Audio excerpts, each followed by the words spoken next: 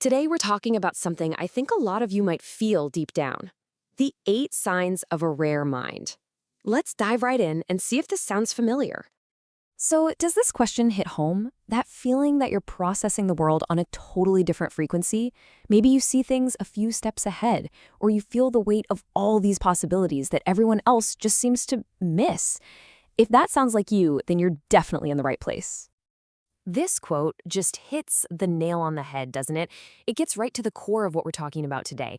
It's this tension. The gift of having a sharp mind often comes with this burden of seeing all the patterns and the risks that other people just don't. It's the weight that comes from basically living a few steps in the future. Okay, so let's actually put a name to this. We're calling it the rare mind. And really, it's a cognitive profile built on two huge pillars. First, this incredible knack for pattern recognition, and second, a constant drive for what you could call predictive analysis. And look, this isn't just about being smart. It's a very specific way of thinking that's always mapping out the future. And that, well, that can feel incredibly heavy. So, what does this actually look like day to day? Let's break it down and walk through the 8 big signs that really point to this powerful and, honestly, often misunderstood way of thinking. All right, let's kick it off. Number 1, this is really the foundation of it all. Deep pattern recognition. Think of this as your mind's default setting. You're not just listening to a conversation, are you?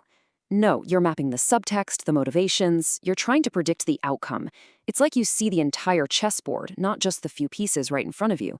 And this analysis, it's constant, it's instinctive. It's just happening all the time, whether you want it to or not. And once you start seeing all those patterns, well, it pretty much inevitably leads to our next sign, which is constant risk assessment. See, because you see how everything connects, you can't help but play out the future. Your mind is just constantly running these little simulations, right? Okay, if A happens, then B will follow, which means I've got to have a plan for C. It's an amazing tool for dodging problems, for sure, but man, can it be exhausting. It can easily lead to anxiety or that dreaded analysis paralysis. So after looking at the external world, this way of thinking naturally turns inward. So for number 3, that super analytical mind, it doesn't just stop at external problems. It turns inward, which leads to existential curiosity. You find yourself drawn to the really big why questions, about life, meaning, purpose. And honestly, this is probably why small talk can feel so, just draining. It feels like a total distraction from the deep conversations your brain is actually craving. All right, so we've talked about the intellectual side. Now let's shift gears and look at how this all plays out in our emotional world. Sign number 4 is all about heightened sensitivity. Basically, that same pattern recognition engine you use for everything else, you applied it to people. You're picking up on these tiny, subtle shifts in tone, in body language, and mood that just fly right over most people's heads.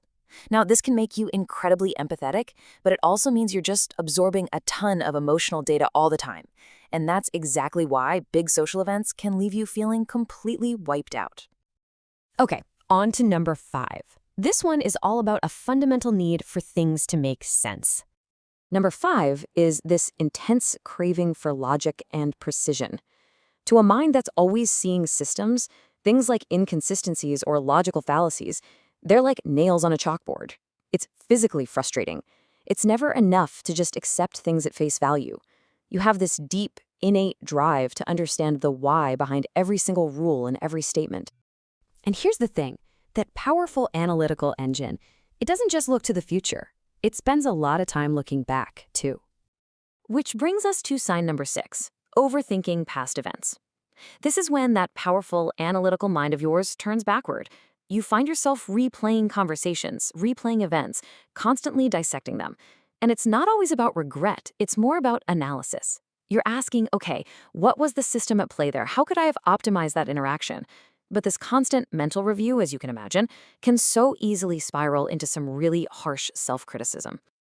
When you add all of this up, well, the results can feel pretty lonely. And that leads us straight to sign number 7, which is really a consequence of all the others, this persistent feeling of being out of sync. I mean, when you're constantly a few steps ahead, always seeing what's coming next, it can literally feel like you're living in a different timeline than everyone else. And that can be so isolating. It leaves you with that nagging feeling that almost nobody really truly gets you. All right, that brings us to our final sign, number 8. And finally, number 8, having a super high bar for yourself and for others.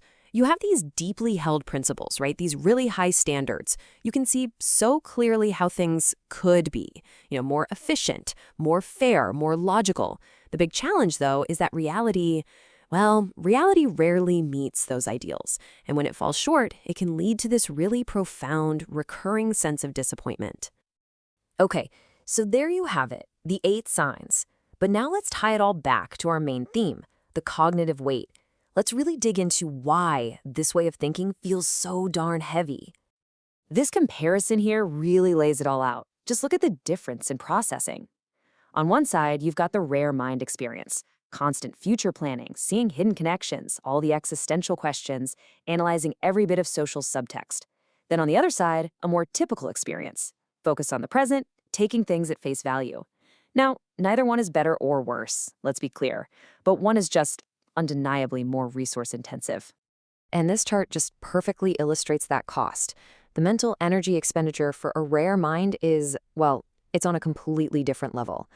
All that constant analysis, the pattern recognition, the risk assessment, the deep thinking, it burns an incredible amount of cognitive fuel. And that is why you might feel totally mentally exhausted, even on days when you haven't done anything physically strenuous at all. So what's the big takeaway here? If any of this resonated with you, here's what I want you to remember. That feeling of weight, it's not a flaw. It's not a bug. It's a byproduct of an incredibly powerful cognitive engine.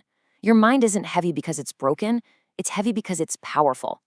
And that leaves us with just one last really important question. How are you going to use it?